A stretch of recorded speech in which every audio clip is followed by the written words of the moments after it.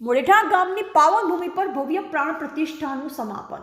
ડીસા તાલુકાના મોડેઠા ગામની પાવન ભૂમિ પર નવીન મંદિરોમાં શ્રી નકળંગ ભગવાન, શ્રી નાગેશ્વરી માતાજી, સિંગળાજ માતાજી અને સિકોતર માતાની ત્રિદિવસીય પ્રાણ પ્રતિષ્ઠા મહોત્સવનું 19 ફેબ્રુઆરી સુધી ભવ્ય આયોજન કરાયું।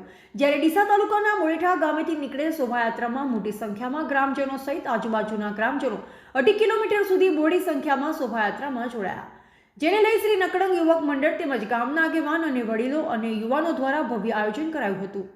શોભાયાત્રામાં 21 જેટલી બગ્ગીઓ અને 200થી નાની કુમારિકાઓ દ્વારા ગામમાં ભવ્ય સામૈયું કરાયું અને ઘોડેસવારો પણ શોભાયાત્રામાં જોડાયા હતા।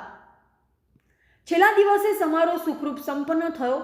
ભીલડી પોલીસ દ્વારા ચુસ્ત બંદોબસ્ત ગોઠવવામાં આવ્યો।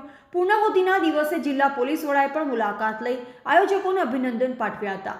આ કાર્યક્રમમાં અનેક નામી અનામી રાજકીય આગેવાનો હાજર રહી દર્શનનો લાવો લીધો હતો।